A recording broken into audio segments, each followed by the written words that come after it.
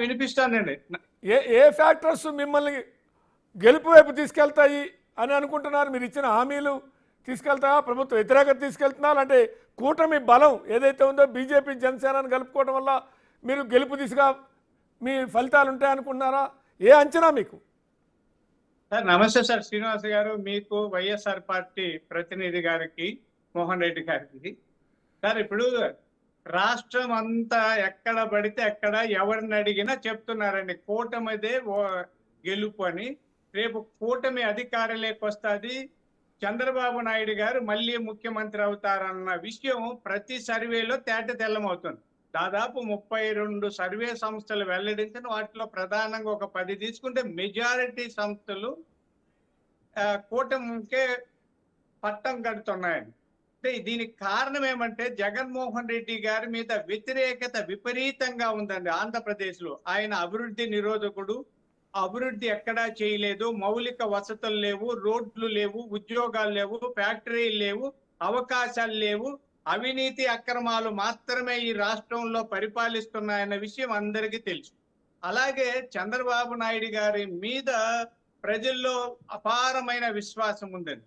ఆయన ఉన్నంత కాలం ఉద్యోగాలు దొరికాయి, అభివృద్ధి నెమ్మదిగా ఎగుస్తూ ఉంది, భారతదేశంలో ఆంధ్రప్రదేశ్కి ఒక గుర్తింపు తీసుకొచ్చారు, ఇవన్నీ జరుగుతుంది. అలాగే పవన్ కళ్యాణ్ గారికి మంచి గ్లామర్ ఉంది. బీజేపీకి మనకు తెలుసు మళ్ళీ దేశంలో భారతీయ జనతా పార్టీ అధికారంలోకి వస్తుంది, మోడీ గారి చరిస్మా ఉంది.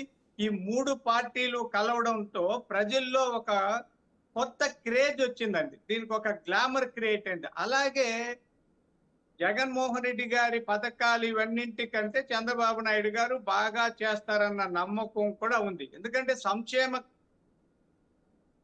పథకాలన్నవి జగన్మోహన్ రెడ్డి గారు కొత్తగా ప్రవేశపెట్టినవి కాదండి. రామారావు గారు వచ్చినప్పుడు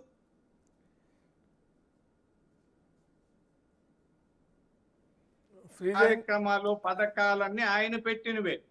దీంతో పాటు ల్యాండ్ టైటిలింగ్ యాక్ట్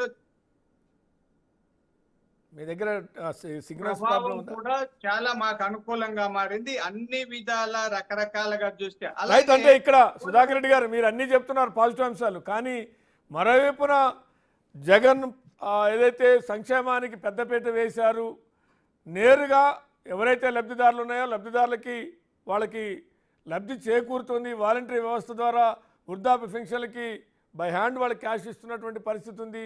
ఎక్కడా కూడా ఎవరు ఏ వర్గం కూడా అసంతృప్తి చెందట్లేదు.